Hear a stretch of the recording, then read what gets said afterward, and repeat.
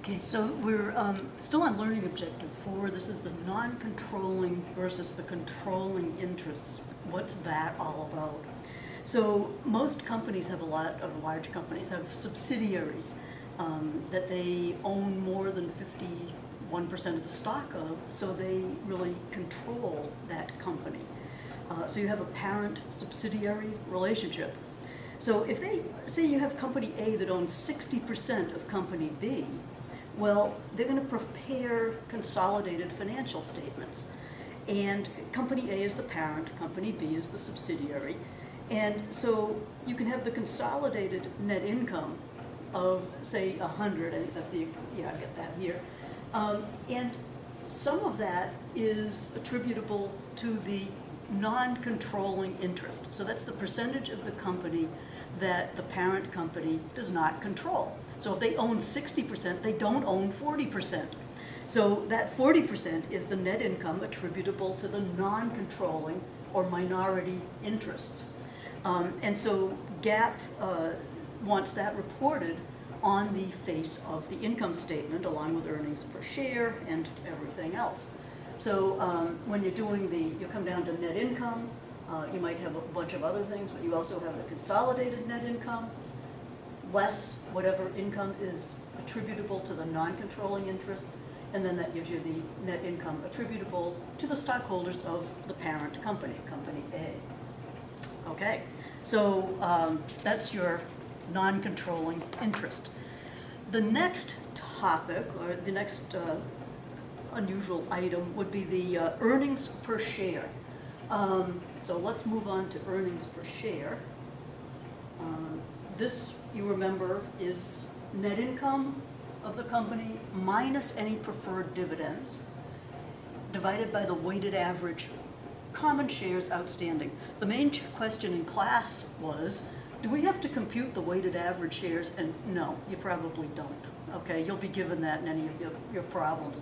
If you're going on to, UMass and, 4-year, you'll have to be computing that. So anyway, earnings per share, you have to remember to take off the preferred dividends. What earnings per share is trying to get at is the net income available to your common stockholders. Okay, those are the owners of the company. They have the right to vote, and so they are the ones that earnings per share is about. Your preferred stockholders, if you remember from doing the preferred dividends at some point, they only get, you'll have like 8% preferred, they get a fixed percentage dividend, and they do not vote. So that's your difference between the common and preferred. Keep that in mind, and so don't forget to deduct any preferred dividends from your net income before computing earnings per share. Okay. And so we're going to, present that on the income statement, and we did this a little bit with the, when we talked about discontinued operations. You have to do it for continuing operations, and then if they're discontinued, you also have to report for that. Okay, so now just a little bit more on earnings per share. It's been called the ultimate financial reporting soundbite, and tries to summarize the results of a company's operations in a single number. And so a lot of CEOs will look at this and they really place, well, the market and the analysts, everybody places way too much emphasis on earnings per share. So if you look at the little lines that I drew on the notes, this here is what companies really want in terms of, if this is your earnings per share, maybe it's $2, $2.10, $2.15, and so forth. They want a nice, smooth earnings trajectory, okay?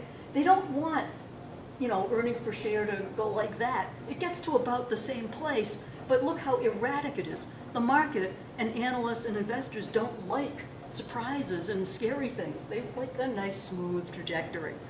And so earnings per share, companies will have targets for that. So say their target is 3, okay, and maybe they've gone from 2 to 3, that's their target.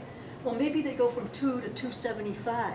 Well, they increased their earnings per share, but they didn't reach the target. And so a lot of times when that happens, their stock will drop as a result.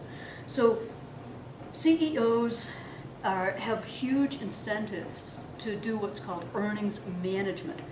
And that's basically trying to smooth earnings, to get earnings trajectory to be smooth rather than, you know, unsmooth, okay? So how do they do this? Earnings management, they can maybe accrue less or accrue more or less expenses depending on what they need to do, whether they need to up it or down it.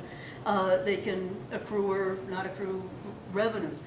They can adjust a lot of their estimates. Depreciation, lengthen or shorten asset lives, or change the salvage, change your bad debt percentage, warranty expense, revise those estimates. There's any number of things that can be done to smooth earnings. Okay, so here's where we just kind of stop and say, what's the point of financial reporting? Remember the objective of financial reporting from Chapter 2?